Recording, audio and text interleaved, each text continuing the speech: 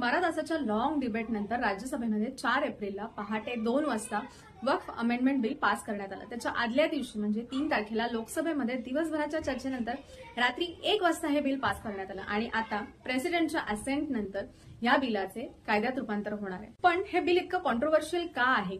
हे bill pass करण्यावरनं देशात इतका गदारोळ का माजलाय? वक्फ बोर्ड म्हणजे नक्की काय?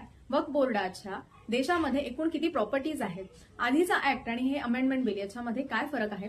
सगळं समजून घेणार आहोत आजच्या व्हिडिओमध्ये। चला तर मग सुरुवात करू। सगळ्यात आधी आपण बघणार आहोत व्हॉट इज वक्फ। वक्फ म्हणजे काय? तर एखादी व्यक्ती जेव्हा स्वतः मिळवलेली property in the name of God permanently donate करते तेव्हा ती प्रॉपर्टी वक्फ प्रॉपर्टी म्हणून ओळखली जाते। ही प्रॉपर्टी पुढे रिलीजियस किंवा चॅरिटेबल पर्पजसाठी वापरली जाते, पण ती प्रॉपर्टी त्या व्यक्तीला परत मिळवता येत नाही। Once a waqf always a waqf. त्यामुळे ती प्रॉपर्टी त्या व्यक्तीला परतही मिळवता येत नाही किंवा पुढे ती ट्रान्सफर किंवा गिफ्ट म्हणूनही देता येत नाही। पण त्या प्रॉपर्टीचा कोणत्या ठिकाणी कोणत्या रिलीजियस किंवा चॅरिटेबल पर्पजसाठी वापर व्हावा हे ठरवण्याचा अधिकार त्या दान करणाऱ्या व्यक्तीला असतो।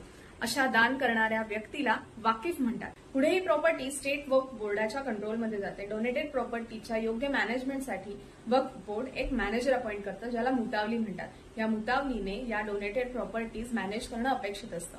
समजा जमिनीचा तुकडा असेल किंवा बिल्डिंग डोनेटेड असेल तर त्याच्यावरती मस्जिद बांधायची किंवा कब्रिस्तान बांधायचा का स्कूल बांधायची किंवा इतर काही या प्रकारचे निर्णय वक्फ बोर्ड घेते आणि त्याच्यातून रेव्हेन्यू जनरेट करण्याचं काम मुतावली करते। ही झाली वक्फची ओळख। आता बघूया भारतातल्या वक्फ ऍक्टचा थोडासा इतिहास।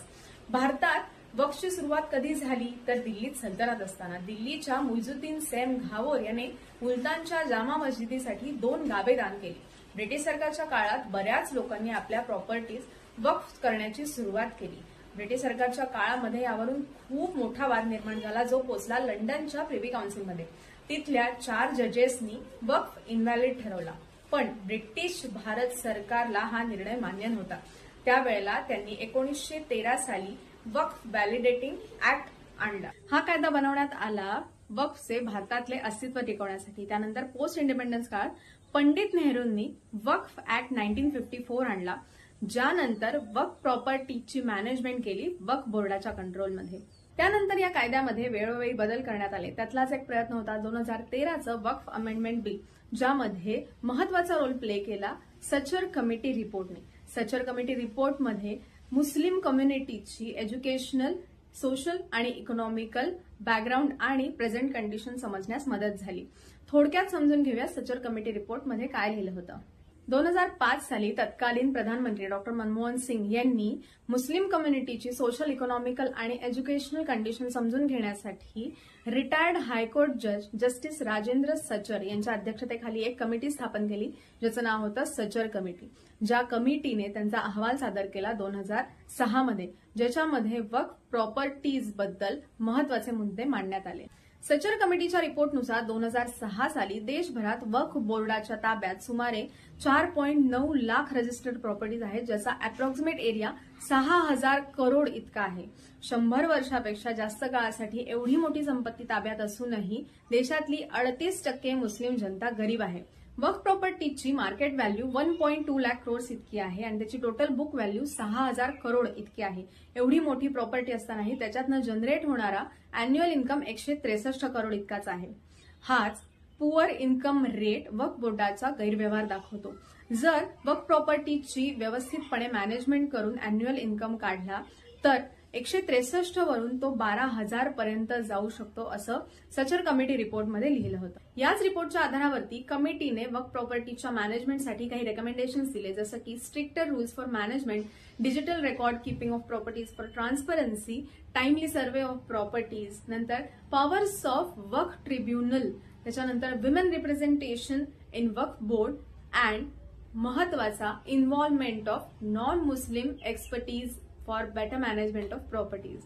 याच रेकमेंडेशन्सच्या आधारावरती 2013 साली वक्फ अमेंडमेंट बिल पास करण्यात आलं। खरं तर हे बिल वक्फ प्रॉपर्टीज आणि वक्फ बोर्डाची मॅनेजमेंट सुधारण्यासाठी पास करण्यात आलं होतं, पण ते फक्त वक्फ बोर्डाची पॉवर वाढवणार ठरलं।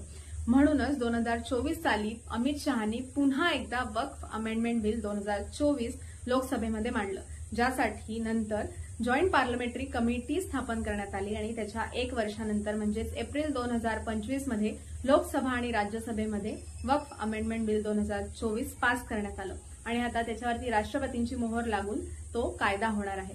तसं बघायला गेलं तर प्रॉपर्टी वक्फ करायला म्हणजेच डोनेट करायला रिलीजियस किंवा चॅरिटेबल पर्पजसाठी वापरण्यासाठी काहीच प्रॉब्लेम नव्हता. पण या कायद्यामधले काही प्रोव्हिजन्स होत्या ज्या आर्बिट्ररी किंवा कॉन्ट्रोवर्शियल होत्या, ज्याच्यामुळे हा कायदा पास करताना एवढे प्रॉब्लेम्स निर्माण झाले होते. तर ते काही प्रोव्हिजन्स होत्या ज्या कॉन्ट्रोवर्शियल होत्या त्या कोणत्या होत्या आणि त्याच्यानंतर आत्ताच्या अमेंडमेंट बिलमध्ये पास करण्यात आलेले हे प्रोव्हिजन्स त्याच्यामध्ये काही बदल करू शकतील का किंवा काही सुधारणा करू शकतील का ते आपण बघूया.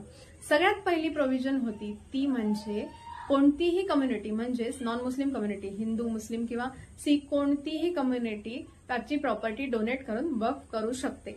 आत्ताच्या प्रोव्हिजननुसार तुम्ही जर 5 वर्षापर्यंत मुस्लिम प्रॅक्टिस करत असाल, मुस्लिम धर्माची प्रॅक्टिस करत असाल तरच तुम्हाला तुमची प्रॉपर्टी डोनेट करून वक्फ करता येईल. Second and the most controversial section of this act was section 40 that is वक्फ बाय युजर. म्हणजे तुम्ही एखादी प्रॉपर्टी तुमची स्वतःची आहे आणि तुम्ही स्वेच्छेने ती रिलिजियस किंवा चॅरिटेबल पर्पजसाठी दान करून वक्फ केलीत तर त्याच्यामध्ये काहीही प्रॉब्लेम नाही. पण समजा एखादी प्रॉपर्टी आहे त्याच्यावरती बरेच वर्षापासून मस्जिद आहे किंवा मुस्लिम धर्माचा कोणताही प्रकार बरेच वर्षापासून प्रॅक्टिस केला जात असेल तर ती प्रॉपर्टी आपोआपच वक्फ बोर्ड त्यांच्या ताब्यात घेऊन ती प्रॉपर्टी वक्फ प्रॉपर्टी म्हणून डिक्लेअर करून टाकत होतं.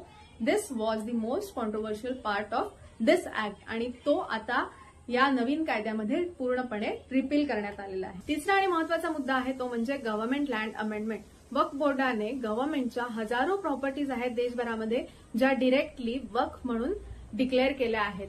तर आता यापुढे नवीन बिलामध्ये अशी प्रोव्हिजन आहे की जर एखादी प्रॉपर्टी ज्याच्यामध्ये गव्हर्नमेंट रेकॉर्ड नाहीये की ही वक्फ प्रॉपर्टी आहे, रजिस्टर्ड वक्फ प्रॉपर्टी आहे, असं जर रेकॉर्ड नसेल तर कलेक्टरला ही पॉवर दिली आहे की ती प्रॉपर्टी ऑटोमॅटिकली वक्फ प्रॉपर्टीज मधून निघून ती आता गव्हर्नमेंट प्रॉपर्टी म्हणून डिक्लेअर केली जाईल. त्याच्या पुढचा पॉइंट आहे पॉवर्स ऑफ वक्फ ट्रायब्युनल. म्हणजे तुमची प्रॉपर्टी समजा वक्फ बोर्डाने वक्फ प्रॉपर्टी म्हणून डिक्लेअर केली असेल आणि त्याच्या अगेन्स्ट तुम्हाला क्लेम करायचा असेल तर तुम्ही तो क्लेम फक्त वक्फ ट्रिब्युनलमध्ये करू शकत होतात आणि वक्फ ट्रिब्युनलचाच डिसिजन फायनल डिसिजन म्हणून मानला जात होता. त्याच्या अगेन्स्ट तुम्हाला फक्त टेक्निकल एरर असेल तरच हायकोर्ट किंवा सुप्रीम कोर्टामध्ये अपील करता येत होतं. पण आता नवीन अमेंडमेंट बिलामध्ये तुम्हाला समजा वक्फ ट्रायब्युनलचा डिसिजन मान्य नसेल तर तुम्ही त्याच्या अगेन्स्ट हायकोर्ट आणि त्याच्यानंतर सुप्रीम कोर्टामध्ये सुद्धा अपील करू शकता. पुढचा पॉइंट आहे लिमिटेशन ऍक्ट. याआधी वक्फ प्रॉपर्टीजना क्लेम करण्यासाठी लिमिटेशन ऍक्ट अप्लाय होत नव्हता. म्हणजे वक्फ बोर्डाने समजा एखादी प्रॉपर्टी क्लेम केली वक्फ प्रॉपर्टी म्हणून तर ती त्यांना कधीही क्लेम करता येऊ शकत होती. म्हणजे 100 वर्ष जुनी प्रॉपर्टी आहे ती सुद्धा वक्फ बोर्डाला वक्फ प्रॉपर्टी म्हणून डिक्लेअर करता येत होतं. पण या उलट जर वक्फ बोर्डाने एखादी प्रॉपर्टी क्लेम केली तर त्या अगेन्स्ट जर त्या व्यक्तीला त्या ओनरला वक्फ बोर्डाच्या अगेन्स्ट केस करायची असेल तर त्यासाठी मात्र फक्त 1 वर्षाचा लिमिटेशन पिरियड होता. तर आता नवीन बिलामध्ये नॉर्मली जसे आपण 12 वर्षाचा पिरियड असतो एखादी जमीन क्लेम करण्यासाठी तसाच पिरियड लिमिटेशन ऍक्टचा वक्फ बोर्डाला किंवा वक्फ प्रॉपर्टीजना सुद्धा लागू होईल. पॉइंट आहे इनहेरिटन्स राईट्सचा. वक्फ प्रॉपर्टी करण्याचा अजून एक कॉन्सेप्ट होता तो म्हणजे वक्फ अलाल औलाद. म्हणजे कोणतीही व्यक्ती कधीही डिक्लेअर करू शकते की त्यांची लिगल एजची लाईन जेव्हा संपेल तेव्हा त्यांची सगळी प्रॉपर्टी वक्फ प्रॉपर्टी म्हणून डिक्लेअर केली जाईल. त्यांची सगळी प्रॉपर्टी रिलीजियस आणि चॅरिटेबल पर्पजसाठी ऑटोमॅटिकली डोनेट केली जाईल. तर याच्यामध्ये प्रॉब्लेम इतकाच होता की या लिगल एजच्या लाईनमध्ये फक्त मेल लाईन कन्सिडर केली जात होती. फिमेल्सला त्यांच्या इनहेरिटन्स राईट्स नव्हते. तर आता नवीन अमेंडमेंटमध्ये फिमेल्स सुद्धा त्यांची प्रॉपर्टी इनहेरिटन्सच्या राईट्समध्ये क्लेम करू शकतात. हा होता अमेंडमेंट बिलाचा ओव्हरव्ह्यू. वक्फ म्हणजे काय किंवा हे कॉन्ट्रोवर्शियल का होतं किंवा याच्यामध्ये काय बदल करण्यात आले आहेत हे आज आपण समजून घेतलं. आय होप तुम्हाला हे समजलं असेल आणि आता त्याच्यावरती विचार करणं हे तुमचं काम आहे. म्हणजे ह्यामध्ये काही बदल होऊ शकतो का किंवा हे अमेंडमेंट बिल योग्य आहे का, त्याच्यामुळे प्रॉपर्टीजमध्ये काही बदल होऊ शकतात का हे विचार करणं तुमचं काम आहे. कमेंट सेक्शनमध्ये काही विचार असेल तर नक्की कळवा.